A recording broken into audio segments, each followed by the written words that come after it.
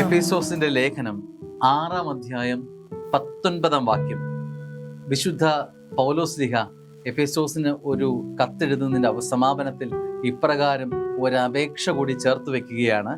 ഞാൻ വായു തുറക്കുമ്പോൾ എനിക്ക് വചനം ലഭിക്കുവാനും സുവിശേഷത്തിന്റെ രഹസ്യം ധൈര്യപൂർവ്വം പ്രഘോഷിക്കുവാനും നിങ്ങൾ എനിക്ക് വേണ്ടി പ്രാർത്ഥിക്കുവിൻ. എഫേസോസ് സഭയോട് പൗലോസ്ലീഹ ഓർമ്മിപ്പിക്കുകയാണ്, നിങ്ങൾ എനിക്ക് വേണ്ടി പ്രാർത്ഥിക്കണം. സുവിശേഷത്തിന്റെ മർമ്മം അറിയാവുന്നവനാണ് പൗലോസ്ലീഹ.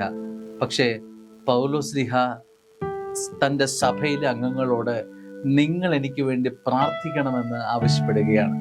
സ്നേഹമുള്ളവരെ, മറ്റുള്ളവരുടെ പ്രാർത്ഥന എത്രമാത്രം നമുക്ക് ബലം പകരുമെന്ന് അറിയാമോ? ഒറ്റയ്ക്ക് നമ്മൾ നമുക്ക് വേണ്ടി പ്രാർത്ഥിക്കുന്നത് നല്ലതാണ്. പക്ഷേ മറ്റുള്ളവരുടെ പ്രാർത്ഥന അപേക്ഷിക്കുമ്പോൾ അത് നമ്മളിൽ നിക്ഷേപം ഉണ്ടാക്കുന്നുവെന്ന് ഓർമ്മിപ്പിക്കുക. അപ്പോൾ പൗലോസ്ലീഹായുടെ ഈ ഒരു മാതൃക ഈ പരിശുദ്ധ നോമ്പിന്റെ കാലയളവിൽ നമ്മൾ അനുവർത്തിക്കുന്ന നല്ലതാണെന്ന് എനിക്ക് തോന്നുന്നു.